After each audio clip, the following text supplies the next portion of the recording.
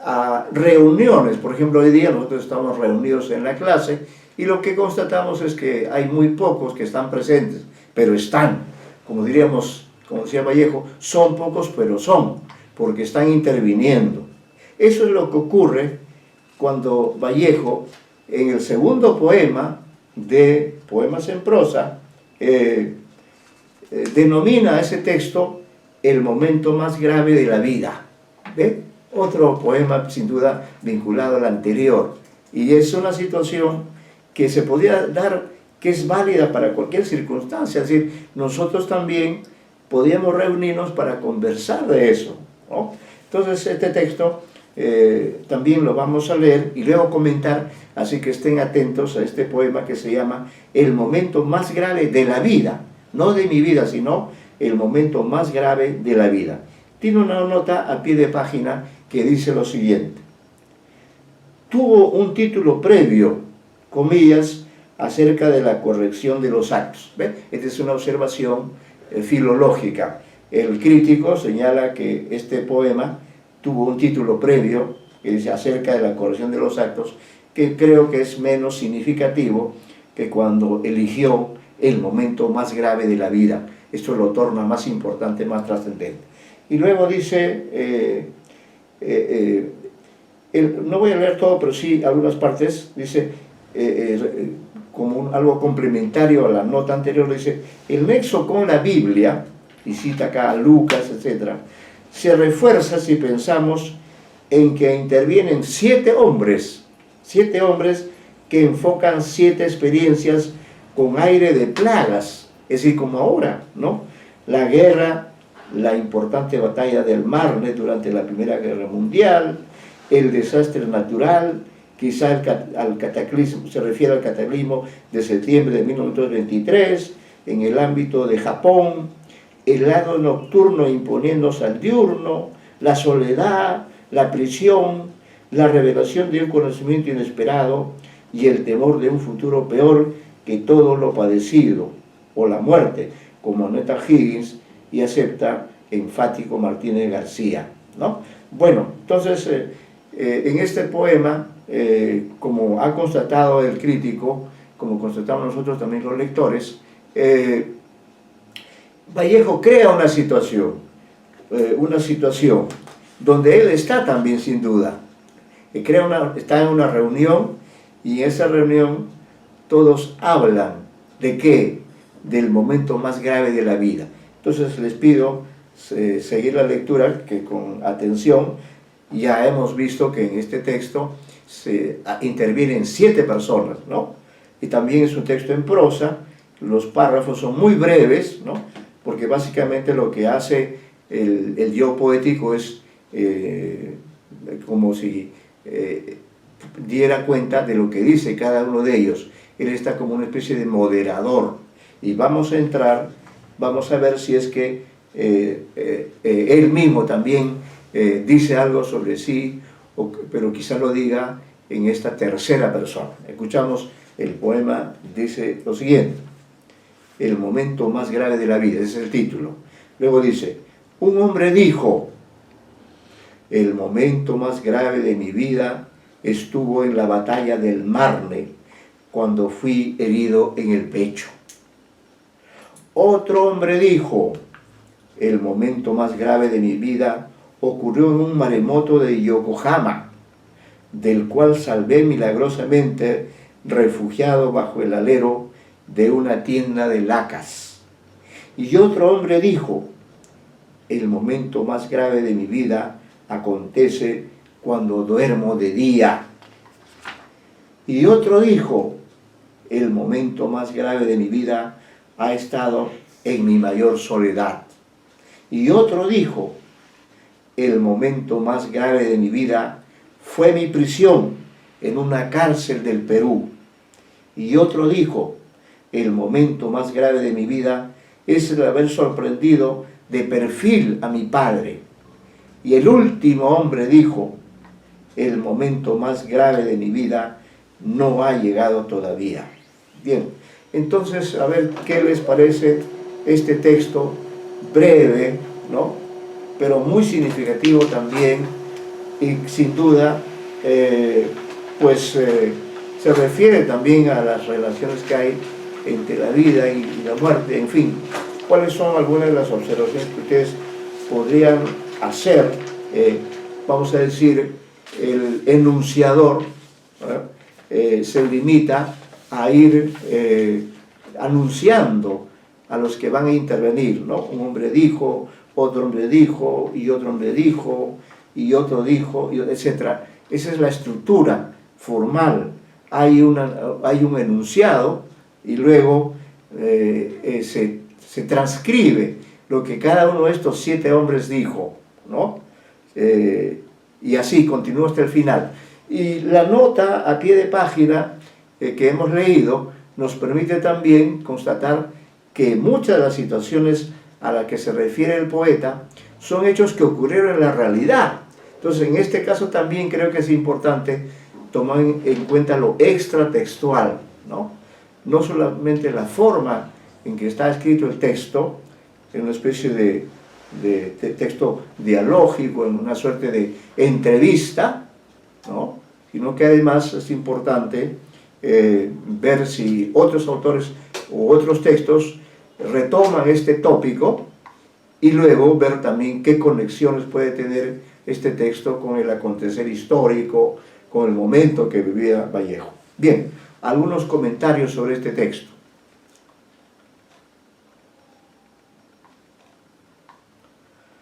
El momento más grave de la vida. Escuchamos sus comentarios.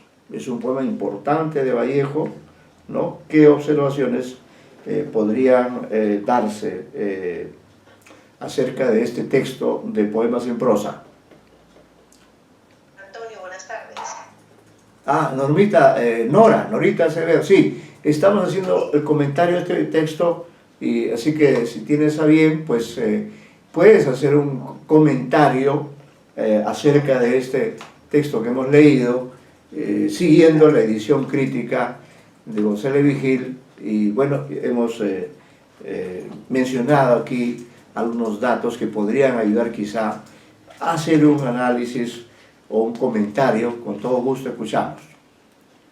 Claro, he intentado buscar los poemas de González Vigil, pero no han habido no ha habido suerte. Pero bueno, voy a comentar no ha habido suerte porque quería entender un poco la crítica que él hace él es experto pues en Vallejo, ¿no? Pero bueno, envié solamente uno que lo escuché en una entrevista oral, en una lectura oral, y entonces he enviado mi trabajo. Pero bueno, acerca de este poema, como todos los poemas de Vallejo, porque me declaro una fan enamorada de Vallejo, aunque me cuesta muchísimo entenderlo porque hay poemas muy complicados. Esto me parece que es una propuesta como hablar de la felicidad, ¿no? Que es la contraparte. El poema habla sobre la parte, lo que podría decir, una situación que es real en el ser humano, que todos atravesamos por situaciones difíciles, no solo una vez, sino muchas veces, ¿no? De eso se trata la vida. Y bueno, en buena cuenta tenemos que salir airosos de cada situación, ¿no? Sí. Y entonces me parece que es una propuesta, porque es una cuestión, es un tema muy subjetivo, ¿no? Hablar de la vida, hablar de la muerte, claro. O es como hablar de la vida, ¿no? Está hablando de la contraparte, que es el momento más grave de la vida, que es la contraparte de la felicidad. Así es. Para algunas personas, una situación, ¿no? Como una guerra podría ser una situación re complicada y el momento más grave, ¿no? Y para otras personas tal vez hay otra situación como la muerte que podría resultar diferente. Claro. Pero yo pienso que es dependiendo de cada persona cómo lo asume, ¿no? ¿Cómo lo asume? Sí, muy interesante el comentario. Como se ha señalado, todos los seres humanos pasamos por momentos difíciles. No única vez, sino muchas veces. Y como bien dice Nora, de lo que se trata es de enfrentar esa situación, o si uno está metido en una situación así, tratar de salir adelante. Eso nos pasa a cada momento, cada día, y a veces de manera más dramática. Y dentro de ese tono, diríamos,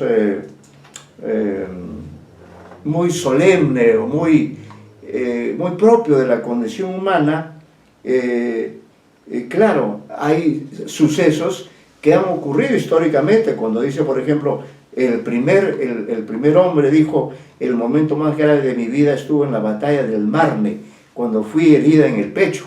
Ese es un hecho objetivo que él vivió, fue herido en el pecho, en una batalla que sí se dio en la historia, sí se dio en la realidad, ¿no? O también el otro que dice que su momento más grave ocurrió en un maremoto de Yokohama, suceso histórico también. Pero me sorprende, por ejemplo, o cuando se refiere a sí mismo y dice: el momento más grave de mi vida fue mi prisión en una cárcel del Perú. Ahí está hablando de él sin decirlo, pero por la biografía sabemos que efectivamente fue la época más dura de su vida, y eso lo podemos ver en la novela de González Viaña, Vallejo en los infiernos, ¿no? Pero ¿cómo interpretar, un minuto, cómo interpretar estos momentos en que, diríamos, Vallejo recoge testimonios que pueden parecer inquietantes o fuera de lo común, cuando acá, como dice, por ejemplo, y otro dijo, ¿no? Voy a referirme a los dos últimos momentos del poema. Dice: el momento más grave de mi vida es el haber sorprendido de perfil a mi padre. Eso es lo más dramático para él. Y luego, el último hombre que dice, que curioso también, curiosísimo, dice: el momento más grave de mi vida no ha llegado todavía, ¿no? ¿Cómo interpretar estos dos secuencias? Pues prácticamente como un poema. Este señor que dice que el momento más grave de su vida es el haber sorprendido de perfil a su padre. ¡Qué curioso! Y el otro hombre, que es más optimista, dice: el momento más grave de mi vida no ha llegado todavía, ¿no? ¿Qué matices se pueden reconocer en estas declaraciones de estos dos personajes? ¿Por qué Vallejo las ha puesto ahí? ¿Qué sentido le agregan a estas declaraciones sobre algo importante como es el haber atravesado por un momento grave, ¿no? Grave. Para él es grave haber visto de perfil a su padre, o el otro que dice: el momento más grave no ha llegado todavía, ¿no? ¿Cómo se puede interpretar estos dos versos especialmente? ¿Cuál sería la lectura? ¿Algún comentario?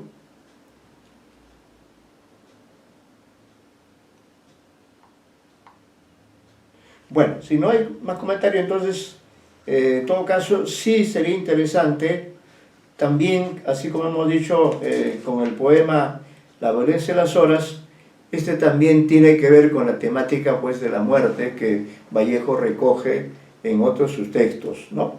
Vamos a ver otro texto que también es particular, se parece a los anteriores porque está escrito en una especie de registro de cierta secuencia de hechos. En este caso, el que escribe, que sin duda es Vallejo, ¿no? Le pone un título curioso al texto, se llama Nómina de Huesos. Voy a leer también la cita respectiva y luego leeremos el texto mismo, que es sencillo, es simple, es casi como un verso, pero está escrito, como digo, refiriéndose a una situación curiosa, una situación extraña, ¿no? Bueno, respecto al origen de este texto, ya que estamos viendo la parte filológica, dice González Vigil: la REA informa que Vallejo proyectaba en 1935, quizá lo hacía desde 1933, agrega González Vigil, proyectaba entonces en 1935 publicar un poemario titulado Nómina de Huesos. Así se supone que pensaba él que podía llamarse su libro. De modo arbitrario, continúa González Vigil, Larrea pone ese título para los poemas que considera compuestos entre 1923 y 1936 por Vallejo, postura que no compartimos, dado que nadie puede saber qué poemas y en qué orden César iba a incluir en su proyectado libro Nómina de Huesos. El poema tuvo el título previo de Lista de Huesos, es decir, antes de llamarse Nómina de Huesos, se llamó Lista de Huesos.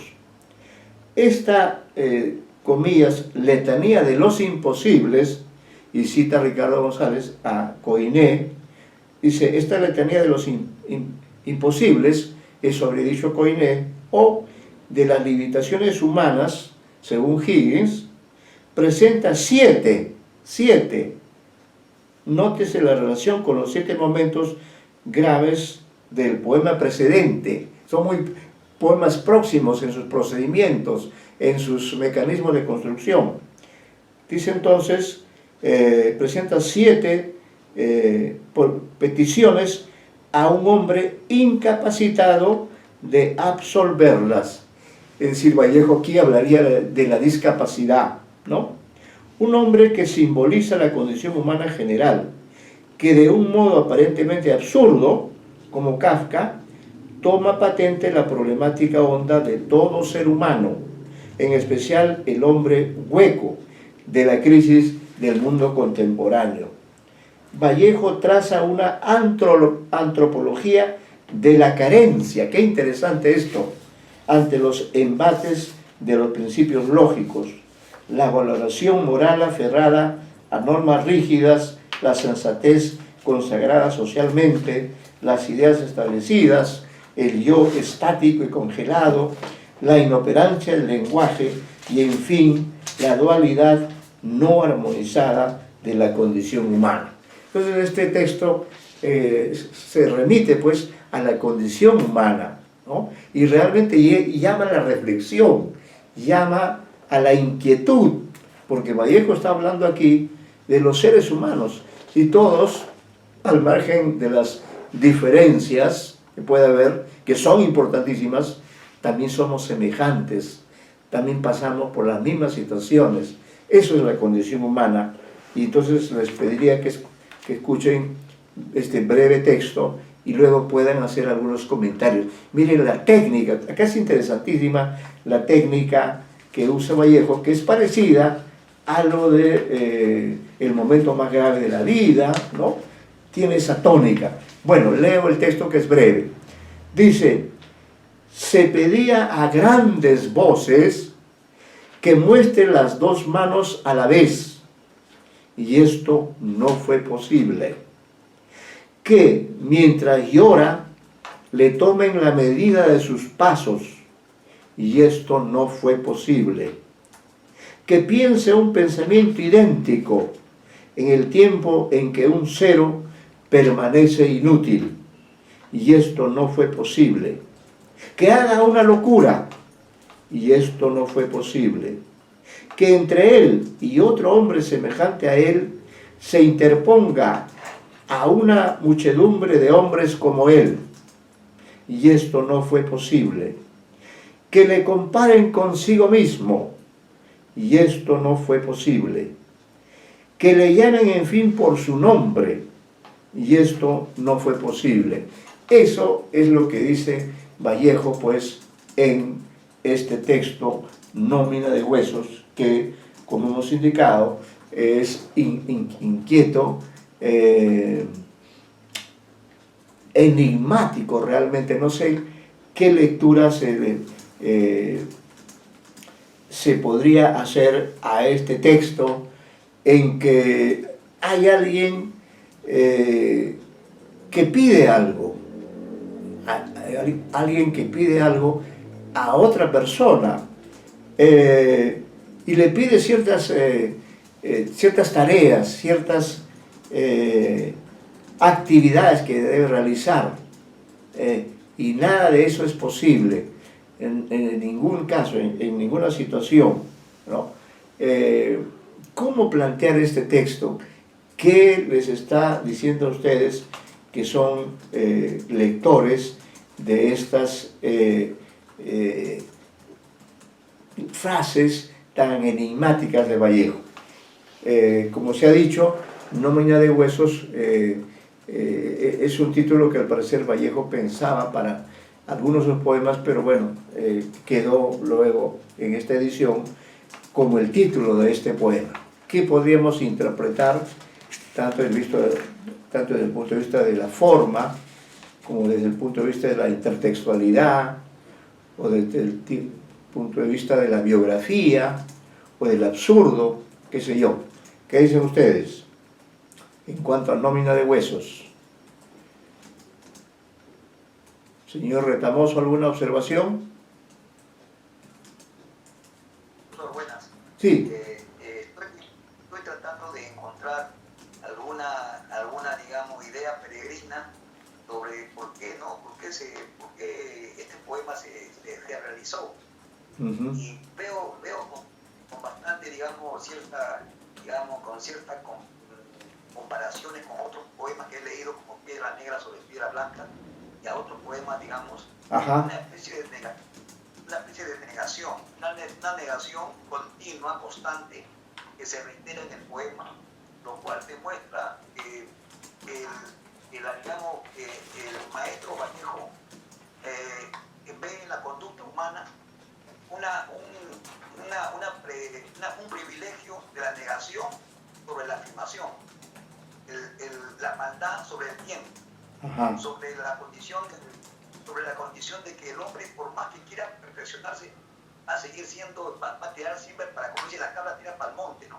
Siempre la negación va a estar privilegiada de la afirmación, de la vida. Entonces hay una incertidumbre, digamos, de la condición humana en el destino humano, y no podía cambiar, dice, no puede cambiar. Y me dijeron que no, a todo lo que quería yo hacer de bueno, todo lo vieron negativo. Entonces, esa reiteración está en conformidad con su vida, con su biografía, con su manera de sentir, con su manera de pensar. Yo creo eso.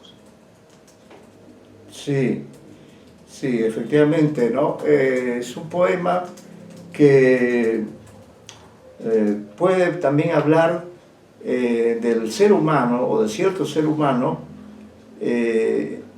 ajeno al lenguaje, apartado de la comunicación, es decir, que no responde a lo que se le pide, está mudo, está inmutable, que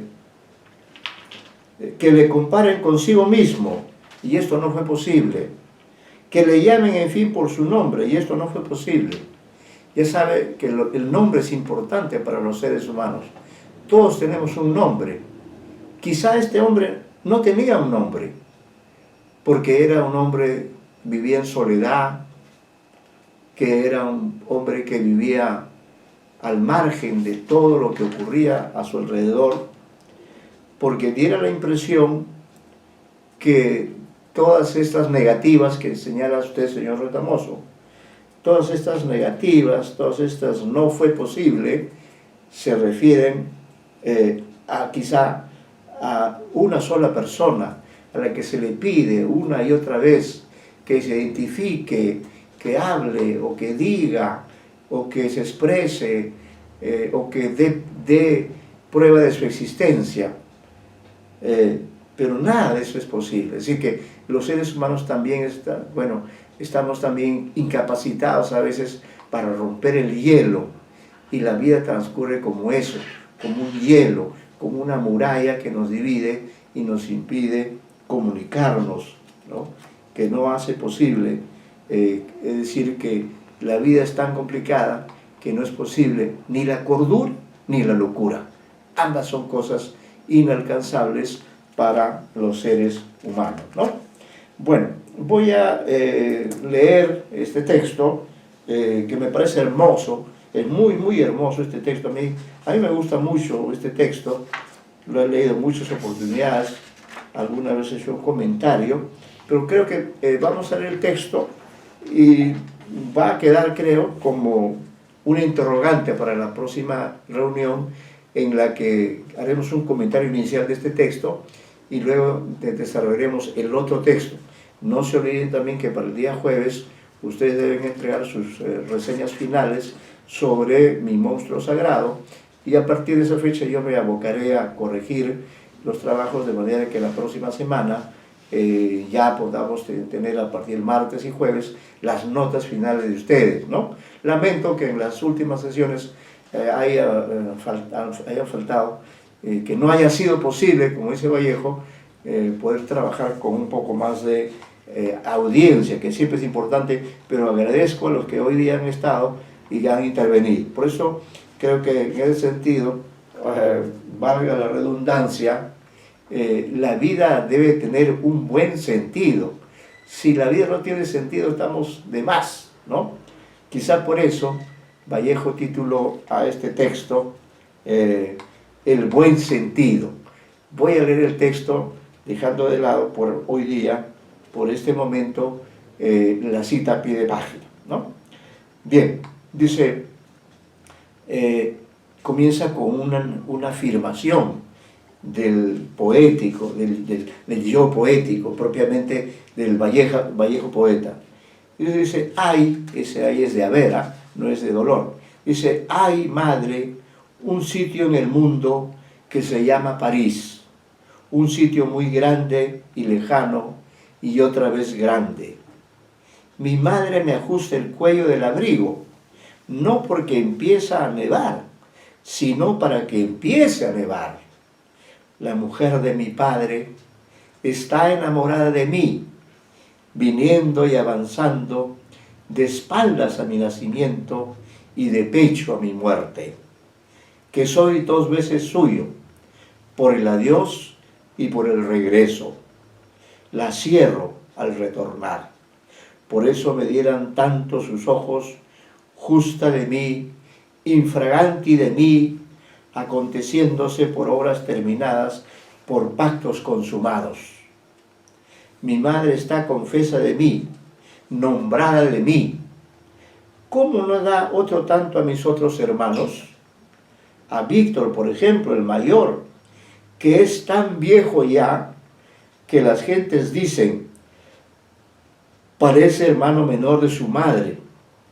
Fuere porque yo he viajado mucho, fuere porque yo he vivido más. Mi madre acuerda carta de principio colorante a mis relatos de regreso. Ante mi vida de regreso, recordando que viajé durante 2 corazones por su vientre, se ruboriza y se queda mortalmente lívida cuando digo en el tratado del alma, aquella noche fui dichoso, pero más se pone triste, más se pusiera triste. Hijo, ¿cómo estás viejo? Es lo que dice su madre. Y desfila por el color amarillo a llorar, porque me haya envejecido en la hoja de espada, en la desembocadura de mi rostro. Llora de mí, se entristece de mí. ¿Qué faltará mi mocedad si siempre seré su hijo? ¿Por qué las madres se duelen de hallar envejecidos a sus hijos si jamás la edad de ellos alcanzará a la de ellas? ¿Y por qué, si los hijos cuanto más se acaban, más se aproximan a los padres? Mi madre llora porque estoy viejo de mi tiempo y porque nunca llegaré a envejecer el suyo. Mi adiós partió de un punto de su ser, más externo que el punto de su ser al que retorno. Soy, a causa del excesivo plazo de mi vuelta, más el hombre ante mi madre que el hijo ante mi madre. Allí reside el candor que hoy nos alumbra con 3 llamas. Le digo entonces hasta que me callo. Hay, madre, en el mundo un sitio que se llama París, un sitio muy grande y muy lejano y otra vez grande. La mujer de mi padre, al oírme almuerza y sus ojos mortales descienden suavemente por mis brazos. No sé si quieren hacer un comentario sobre este texto. Yo creo que podríamos hacerlo algún comentario sobre este gran texto, ¿no? Que plantea las relaciones del yo poético con su madre, pero en esa relación pues está incluido París, está incluida la familia, hay una complejidad en este texto, ¿no? No sé si quieren hacer algún comentario acerca de este maravilloso poema que habla del buen sentido.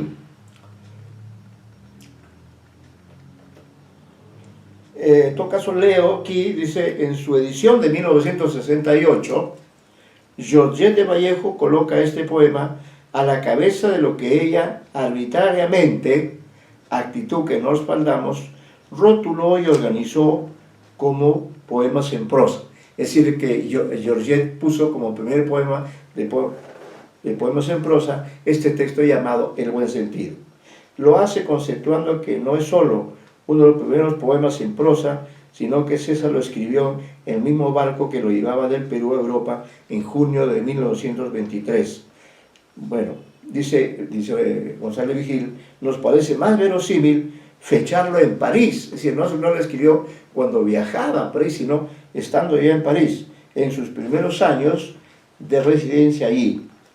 De otro lado, tememos que Georgette buscara subrayar a París como referencia mental de Vallejo a partir de 1923, cuando la verdad es que al leer los artículos periodísticos de Vallejo, podemos constatar que hacía ostentación de una actitud muy crítica frente a París y en general a la tradición literaria y cultural de Francia. Mayores entusiasmos le despertaron la Unión Soviética, España e inclusive los Estados Unidos de América. El contraste es mayor todavía con sus proclamas fervientes sobre el futuro de América Latina. Vallejo rehace el estereotipo de que los recién nacidos los traía una cigüeña de París y realiza un expresivo juego semántico. París se conocía como la ciudad luz, además de estar vinculada con el dar a luz. Y leído en español, el nombre París funciona como la segunda persona del plural del verbo parir, ¿no? Cuando decimos vosotros parís, ustedes paren, ¿no? En español sería, en el hispánico sería vosotros parís. Resulta tentador en esa línea leer metafóricamente el nombre de la revista que Vallejo dirigió con Larrea en 1926, que se llama Favorables París Poema, revista que favorece el parto de la nueva poesía, ¿no? En fin, parece ser que este texto pues es muy importante en la trayectoria de Vallejo, y salvo que haya algún comentario rápido, entonces con esta sesión terminaríamos la clase de hoy, y sin dejar de recordarles que para el jueves ustedes seguramente mandarán al aula virtual, pero sí me gustaría reunirme todavía con ustedes para poder dar lectura. Esperemos que ese día la asistencia esté mejor que hoy. Vamos a dar lectura a este texto que preparé pensando en ustedes precisamente, ¿no? Pensando en una aproximación de diferentes puntos de vista al trabajo del crítico literario en un curso que precisamente alude a esas actividades, ¿ah? Así que bueno, muy buenas tardes y nos veremos entonces el jueves, luego de haber hoy día conversado acerca de poemas en prosa, ¿no? El jueves leeríamos el texto que ya está en el aula virtual, lo vamos a leer, así van a participar los alumnos para darle un mayor sentido, porque ha sido mi forma de acercarlos al cuento que no sé si ya leyeron o no, que es El cazador invisible. He hecho mi propia versión a partir del texto para motivarlos a leer o releer ese texto, ¿ya? Entonces nos vemos el próximo jueves con ustedes en el mismo horario. Muchas gracias por su asistencia, a todos quienes han participado, mi agradecimiento, ¿ah? Muchas gracias. Buenas tardes.